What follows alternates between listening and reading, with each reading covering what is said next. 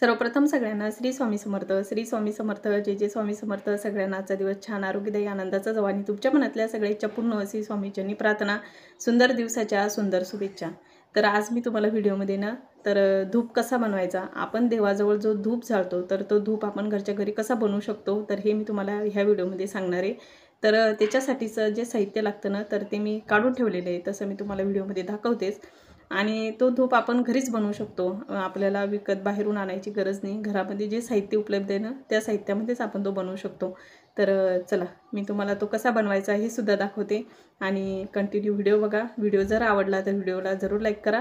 तर चला मग देवाऱ्यातल्या देवांची देवपूजा माझी सकाळीच करून झालेली आहे. आज माझे काम आहे ना सगळे आवरलेले आहे. इथं देवांश ब्रश करतोय. गुड मॉर्निंग म्हण.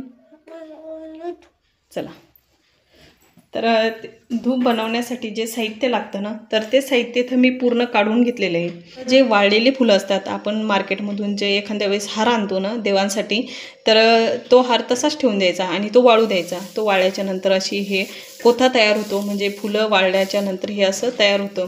तर हे वाळलेले फुलं आहे ना तर ते घेतलेले आहे. आणि नारळ असतं ना तर त्या नारळाचे जे शेंडे असतात तर त्या इथं मी थोड्याशा घेतलेल्या आहे. याचाही सुद्धा आपण त्याच्यामध्ये वापर करायचा आहे. इथं गुलाबाचे फुलं होते ना तर ते सुद्धा मी वाळून घेतलेले. हे बघा थोडेसे वाळलेले. इथं थोडेसे चमेलीचे पानं असतात ना तर ते घेतलेले. इथं परत सुकलेले फुलं घेतलेले शेवंतीचे. आणि त्याच्यानंतर इथं हा कोळसा घेतलेला आहे. हे दिसतोय तुम्हाला, हा काळा कोळसा घेतलेला आहे. इथं आपल्याला चंदनाची पावडर लागणार आहे, तर इथं मी चंदनाची पावडरसुद्धा घेतलेली आहे. इथं मी राळ घेतलेली आहे, जी आपण नवरात्रामध्ये राळ जाळतो ना देवीजवळ, तर ती ही राळ घेतलेली आहे. इथं गाईचं तूप घेतलेलं आहे. आणि इथं महत्त्वाचं म्हणजे कापूर लागणार आहे. तर इथं मग भीमसेन कापूर असतो ना तर तो घेतलेला आहे. मी काढून दाखवते तुम्हाला. तर हे बघा इथं हा भीमसेन कापूर घेतलेला आहे. तर यातले इथं आपल्याला जे हे फुलं आहे ना तर हे मिक्सरला ग्राइंड करून घ्यायचे आहे. हे सुद्धा मिक्सरला ग्राइंड करायचं आहे. तर हे फुलं आणि हे फुलं मी दोन्ही एकत्र ग्राइंड करून घेणार. तर चला तसं मी तुम्हाला दाखवतेच. तर चला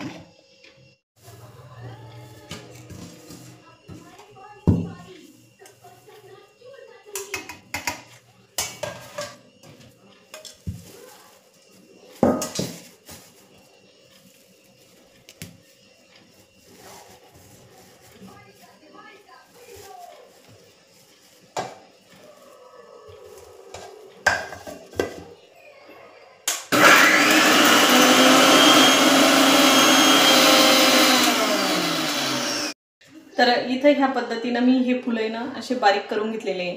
आणि आता हे आपल्याला आपण जे कणिक चाळतो ना तर त्या चाळणीने हे चाळून घ्यायचे. तर चला मी आता हे चाळून घेते.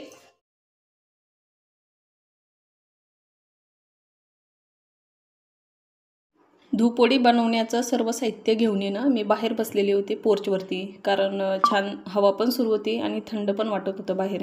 तर इथं मग बाहेरच आलेली होती मी. तर जो कोळसा आहे ना तर तो मी ह्या पद्धतीनं असा खलबित्त्यामध्ये कुटून घेतलेला आहे. जर तुमच्याकडं तो पाटा वरवंटा असला तर तुम्ही त्याच्यावरही बारीक करू शकता, पण माझ्याकडं नसल्यामुळं मग मी असा ठेचूनच घेतला खलबित्त्यामध्ये, म्हणजे बारीक करून घेतला. आणि जे मी मिक्सरला ग्राइंड करून घेतलेले होते ना फुलं, तर ते फुलं ह्या पद्धतीने मी चाळून घेतले. जो वरचा भाग आहे ना म्हणजे जो कोथा राहिलेला आहे तो आपल्याला बाजूला काढायचा आहे. फक्त आपल्याला चांगली बारीक पिठी घ्यायची आहे. असं चाळून घेतल्यामुळं काय होतं, जो धूप आपल्याला बनवायचा आहे तो व्यवस्थित प्रकारे जळतो आणि त्याचा सुगंधही चांगल्या प्रकारे पसरतो. तर इथं मग मी पहिले फुलं चाळून घेतले. त्याच्यानंतर जे ठेचून घेतलेला कोळसा होता ना तर तो सुद्धा मी चाळून घेतलेला आहे आणि बाकीचा साईडनं काढून ठेवलेला आहे. तर इथं ही राळ आहे.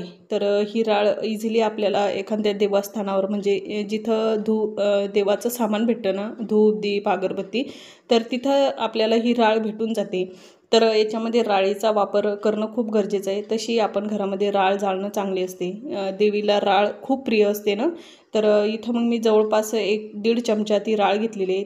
त्याच्यानंतर मी त्याच्यामध्ये ना चंदन पावडरसुद्धा ॲड केलेली आहे. तर ती मी जवळपास ती पण सुद्धा मी 1.5 चमचा ॲड केलेली आहे. थोडीशी जास्तही केली तरी चालते, पण मी 1.5 चमचाच ॲड केलेली आहे. तर हे सर्व आपल्याला व्यवस्थित मिक्स करून घ्यायचं. त्याच्यानंतर आहे ना त्याच्यामध्ये मी कापूर टाकलेला आहे. कापूर थोडासा जास्तीचा टाकायचा. कापुरामुळे काय होतं, घरामध्ये जे किटाणू असतात, दुर्गंधी असते, काही छोटे छोटे असे जीवजंतू असतात की ते आपल्याला डोळ्यानं सुद्धा दिसत नाही. तर त्याच्यामुळे ना कापुराचा म्हणजे चांगला प्रभाव पडतो. कापुरामुळे ते जीवजंतू मरतात. तर इथं मग मी जास्तीचा भीमसेन कापूर घेतलेला आहे। याच्यामध्ये शक्यतोवर भीमसेन कापूरच वापरायचा, कारण त्याचा सुगंधही चांगला असतो आणि तो वापरणंही म्हणजे जाळणंही शुभ असतो। त्याच्यानंतर मी ते सर्व साहित्य इथं मी भीमसेन कापूरसुद्धा असा ठेचून घेतलेला आहे त्याच खलबत्त्यामध्ये। ते सर्व साहित्य मी चांगला हाताच्या साहाय्यानं मिक्स करून घेतलेलं आहे। व्यवस्थित ते मिक्स करून घ्यायचं म्हणजे त्याच्या गाठी राहिल्या नाही पाहिजे। त्याच्यानंतर याच्यामध्ये महत्त्वाचं म्हणजे याच्यामध्ये आपल्याला शेण टाकायचं आहे। इथं मी हे गाईचं शेण आणलेलं आहे। आमच्या गल्लीमध्येच एका ताईकडं गाय आहे, तर मी त्यांच्याकडूनच ते शेण घेऊन आलेली आहे। यातला महत्त्वाचा घटक म्हणजे शेण। शेणामुळं काय होतं, जी आपल्याला धूप वडी बनवायची ना, तर ती व्यवस्थित बनवल्या जाते आणि तसंही शेण जाळणं चांगलं असते घरामध्ये। तर थोडंसं बाइंडिंग होण्यासाठी म्हणजे वडी अशी व्यवस्थित आकार घेण्यासाठी याच्यामध्ये आपल्याला तुपाचा ॲड करायचा आहे। तूप ॲड करायचं आहे, जास्त नाही करायचं, थोडंसं तूप याच्यामध्ये ॲड करायचं। जवळपास मी म्हणजे 1 चमचा जर वितळून जर घेतलं असतं तर ते 1 चमचा भरलं असतं, एवढं तूप मी त्याच्यामध्ये ॲड केलेलं आहे। ते परत व्यवस्थित हाताच्या साहाय्यानं मिक्स करून घ्यायचं। त्याच्यामुळं काय होतं, मग तूप टाकल्यामुळं थोडीशी बाइंडिंग पण येते आणि ते असं पकडून राहतं। तर इथं परत ते हाताच्या साहाय्यानं असं व्यवस्थित मिक्स करून घ्यायचं। थोडासा याला म्हणजे मिक्स करतानाच व्यवस्थित मिक्स करावं लागतं। तर ते काय होतं, अशी वडी बनत नाही ना, तर इथं तुम्ही थोडासा पाण्याचाही वापर केला तर चालतो, पण इथं मी ना गुलाबजल वापरलेले, गंगाजलसुद्धा वापरलं तरी पण चालते, पण माझ्याकडे नसल्यामुळे इथं मी गुलाबजल घेतलेले आहे। इथं गुलाबजल घेतलेलं आहे ना, तर गुलाबजलामुळे ना धूपवडीचा वास पण छान आहे ना, तर इथं ह्या पद्धतीनं असा गोळा तयार करून घेतलेला आहे मी आणि इथं हाताच्या साहाय्यानं त्याला असा धूपचा आकार देते। आकार तुम्ही तुमच्या पद्धतीनं कशाही देऊ शकता, लांबटही देऊ शकता, गोलही देऊ शकता, किंवा आपण जसा मोदक बनवतो ना गणपती बाप्पासाठी त्या प्रकारे देऊ शकता। तर इथं मी त्याच पद्धतीनं असं बनवून घेतलेलं आहे। तर चला, इथं मी आता हे पटपट बनवून घेते। तुम्ही ह्या पद्धतीनं नक्की धूप करून बघा, घरामध्ये सुगंधही छान प्रकारे दरवळतो आणि आपण जे बनवतो ते घरी आपण जे पदार्थ टाकून बनवलेलं असतं ते सगळं ओरिजिनल असतं। आपण जेव्हा मार्केटमधून आणतो तर त्याच्यामध्ये खूप सारे केमिकल, वेगवेगळे प्रकारचे त्याच्यामध्ये प्रोडक्ट्स वापरून ते बनवलं जातं, ते आपल्या शरीरासाठी खूप घातक आहे। हे आपण घरी बनवलेले धूप जे असतात ना, याच्यामध्ये आपल्याला जे घटक आवश्यक आहे तेच आपण त्याच्यामध्ये टाकतो। तर ह्याच पद्धतीनं अशा प्रकारे मी सगळा धूप बनवून घेतलेला आहे। हे बघा, एवढे म्हणजे जवळपास त्याच्या 30-35 वड्या बनवल्या गेलेल्या आहे। तर त्या मी आता उन्हामध्ये ठेवते आणि आरामात हा महिनाभर पुरणार। जर आपण जास्त जाळला समजा देवाजवळ, तुळशीजवळ, तर मग ते 15-20 दिवस आरामात पुरतो। तर मला हे जवळपास बनवायला अर्धा घंटाही लागला नाही, म्हणजे झटपट होणारी अशी ही धूपवडी आहे। तुम्ही नक्की ट्राय करून बघा। तर चला, मी आता हे उन्हामध्ये ठेवून देते, चांगलं वाळू देते, म्हणजे लवकर वाळतात ते, कारण त्याच्यामध्ये शेणाचा वापर केलेला आहे ना। तर इथं मी गच्चीवरतीच घेऊन आलेली होती, कारण खाली ना पोर्चवरती सावली आहे, तिथं ऊन यायला थोडासा वेळ लागतो, तर गच्चीवर कसं लवकर ऊन म्हणजे पडलेलं असतं सकाळी सकाळी, तर इथं मग मी उन्हातच ठेवून दिलेलं आहे।